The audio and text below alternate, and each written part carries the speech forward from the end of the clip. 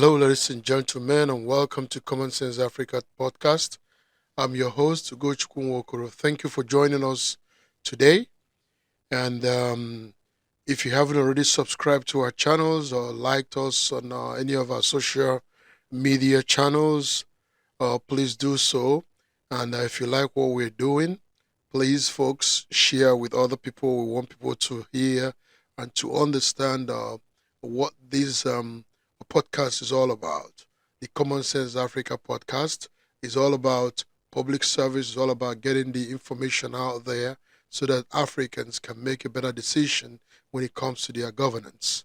So, again, thank you for joining us. In today's episode, I'm going to talk about what is happening in Nigeria, especially the primaries that are going on. We've watched with big disappointment what the PDP did, especially with the seat of the southeasterners, the southeastern part of Nigeria, regarding the zoning formula that they agreed upon.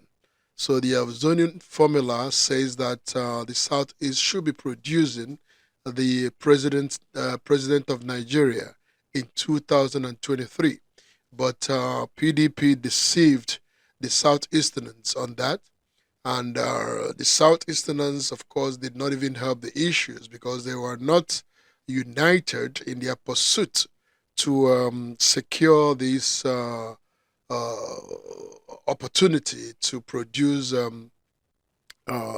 president of Igbo extraction.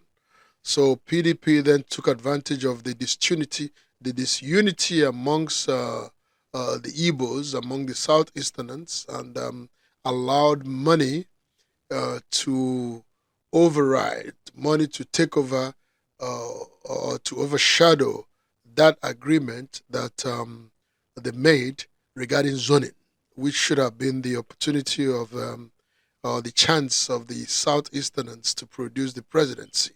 So, folks, if a party would deceive a people like this, then the party has lost all its credibility. So the party is dead on arrival. So the Southeasterners and are people of goodwill, good meaning Nigerians.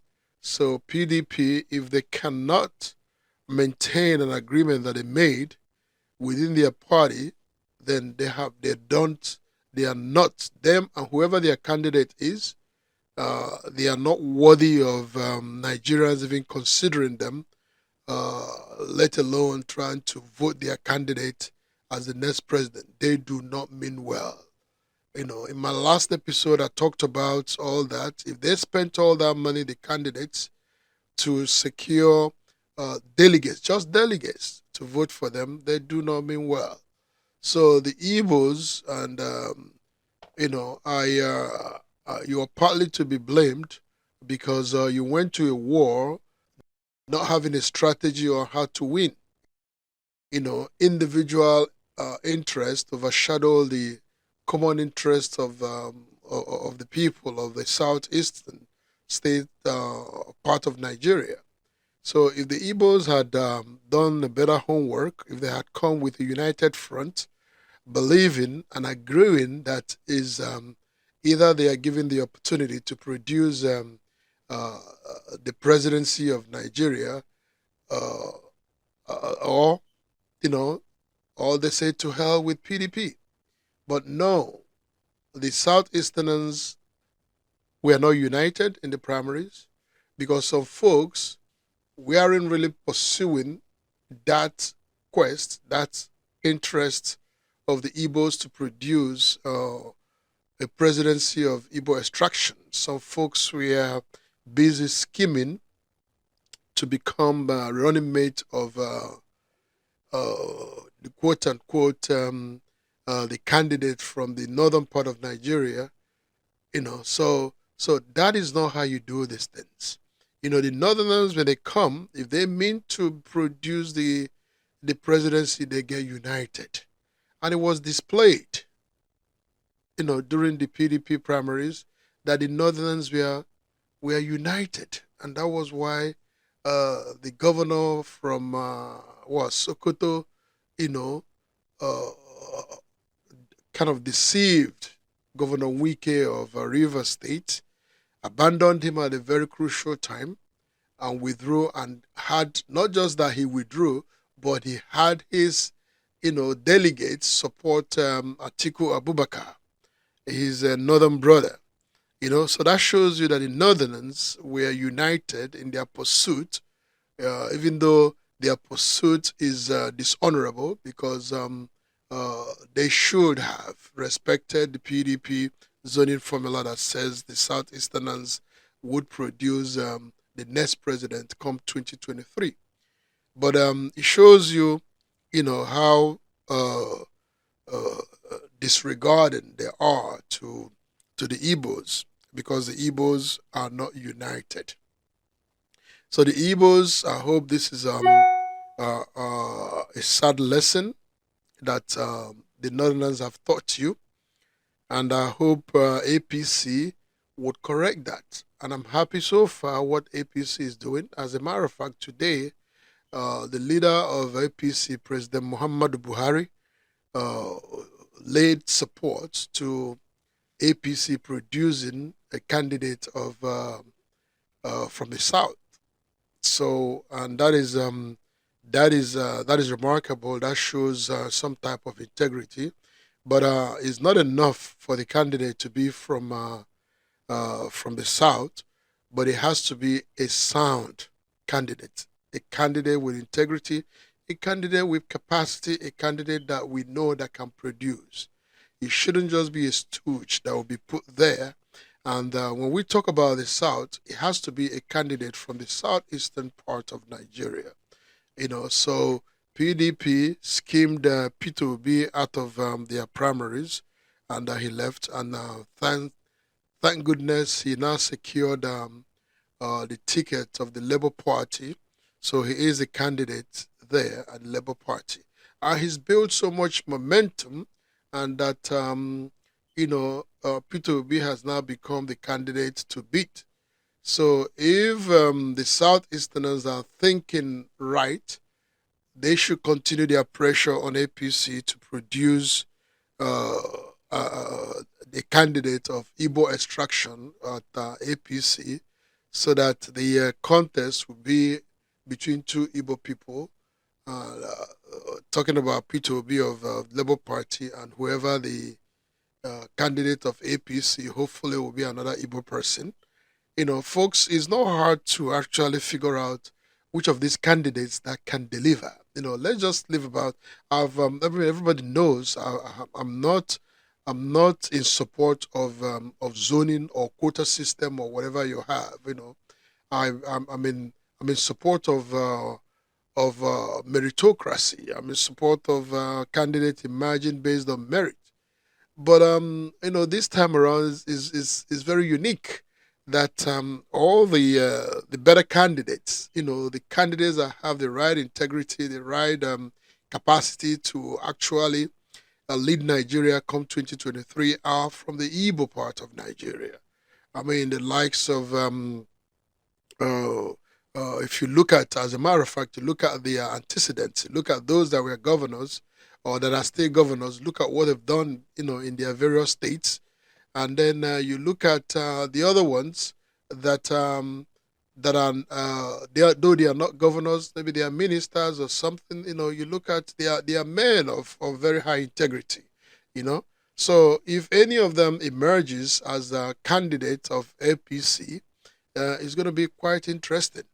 But the Igbos should, maintain the pressure, should maintain uh, uh, the tenacity to make sure that they get, a candidate of Igbo extraction from the APC, so that way, with just like when Obasanjo ran against Olufalaye, in 1999, so the Igbos can do the same thing, because the Igbos have very sound candidates. I mean, look at them. Look at the quality of the candidates that the Igbos have. So I'm also very encouraged, reading the news today, that the northern governors, I think about 14 of them or something or thereabout, have agreed and made a statement that the the South should produce the next president of Nigeria. So it is something that I commend them for standing up for fairness. I'm talking about the northern governors of APC. So, uh, but one thing though we should be careful, about is to make sure that it's not enough to produce a candidacy or the or presidency of Igbo extraction. The candidate must be sound. The candidate must be qualified. The candidate must have what it takes, to lead Nigeria. Because this time around, at this time, Nigeria is at a serious crossroad.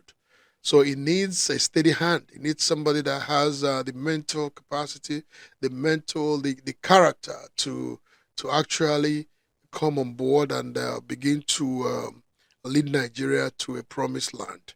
So is again, like I said, it's not enough to have a candidate of Igbo extraction, but it has to be a candidate that can deliver, a candidate that has actually delivered. If the candidate is a governor now, look at what he's done in his state. If he's a minister or whatever, look at what they've done. Look at their antecedents. So from there, you can select who this person, the next president, can be. This is a very serious thing, folks, Nigerians. So let's not take it lightly. The youth should also continue to mount the pressure that they're doing.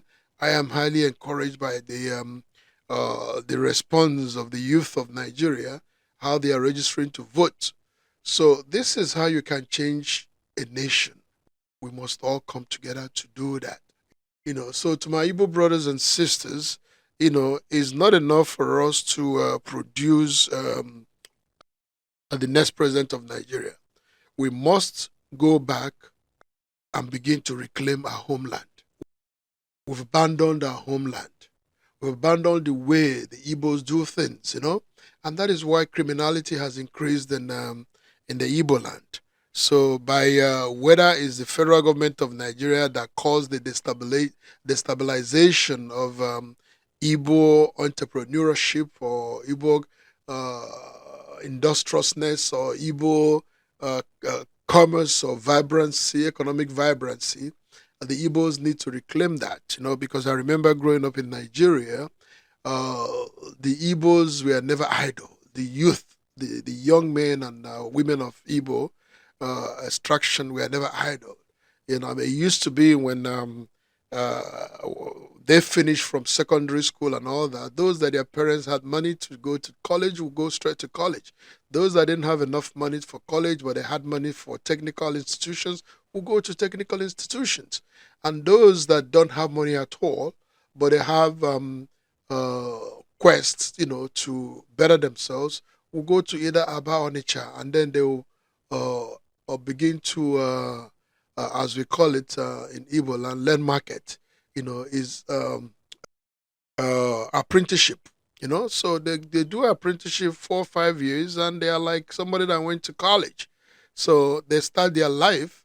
So that kept every Igbo youth busy, and that's why in those days, Igbo land was the most peaceful, was the least crime infested area in Nigeria. That we didn't have armed robbery, we didn't have kidnapping, we didn't have everything was going smoothly because all the youths were busy doing something. So the Igbos need to go back to that. We need to go back to that. And if you want to be sincere with yourself as an Igbo person, think back. The problem of the Igbo started when whoever, whether it's the federal government or whoever destabilized the economic activities in Aba and Onitsha. When that happened, that's when our problem started. If you remember the Bakassi boys, how they came about, if you remember all these things, that's when our problem started. And that's how we can solve the Igbo problem. It's not enough. It's not enough to have the presidency when our land, there's so much insecurity in our land. There's so much joblessness in our land. So I believe the Igbos are the only rescue in Nigeria should be in our industriousness. We should go back to our entrepreneurship, especially that apprenticeship scheme. Go back to it. Rebuild Aba and Onitsha. so that our kids, the youth, will be busy, working. And then once we have a secure Igbo land, once we have an Igbo land where kids can now, the ones that want to go to school will go to school, the ones that want to go learn market or go to technical school, everybody will be engaged. And if everybody's engaged, there will not be this problem of insecurity or criminality going on. So that is exactly what we need to do in Igbo land. And if that is not done, no amount of Igbo presidency will help Igbo land. And because we've abandoned, a lot of us, especially the businessmen and women, have abandoned or left, Igbo land. And that's why there's the herdsmen had come in our forests and all those things, because the youth are no longer there. So we need to go back. We need to go back to reclaiming our land, to developing our land, developing our manufacturing base like it used to be. So again, it is not enough to have an Igbo presidency of a Nigerian presidency of Igbo extraction. So we need to back it up with the activities that will go with it. The activities, and hopefully this person can unite the country, can unite, bring about all the ethnic compositions of Nigeria together, and then begin to possibly restructure Nigeria. A well restructured Nigeria is a progressive Nigeria. So folks need to understand that when we talk about restructuring, it's not because we want to secede. No, not necessarily that we want to divide Nigeria, but we want to restructure Nigeria for efficiency, restructure Nigeria so that every facet, every component of Nigeria, every ethnic, part of Nigeria will begin to enjoy the dividends of democracy. So, folks, it is again, I'm talking with a little bit of hope now. I like the politics that APC is playing. So APC, of course, they've looked at PDP. PDP had fumbled by not producing a presidential candidate of Igbo extraction, so they screwed it up. Now they're trying to have an Igbo person be the running mate of Abubakar Atiku, and I think the Igbos should not allow themselves to be so yo-yoed around.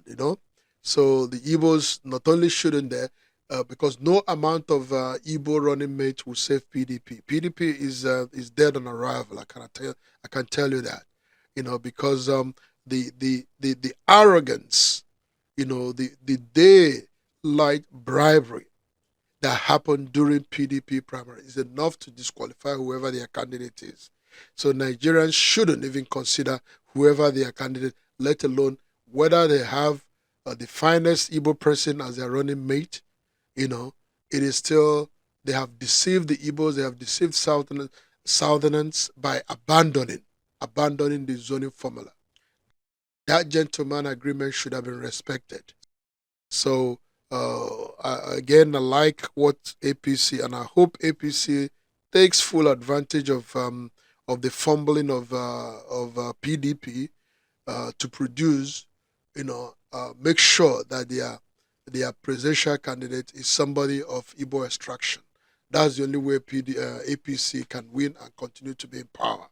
They have the finest candidates. I mean, there, So at the very least, their candidate will go at par with Peter Obi that is already positioned, and everybody knows the credibility of Peter Obi.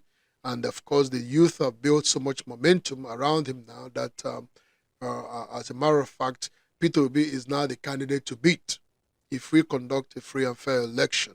And thanks goodness that he's an upright man. So if he is the one that is chosen, I believe Nigeria will be a better place for all of us.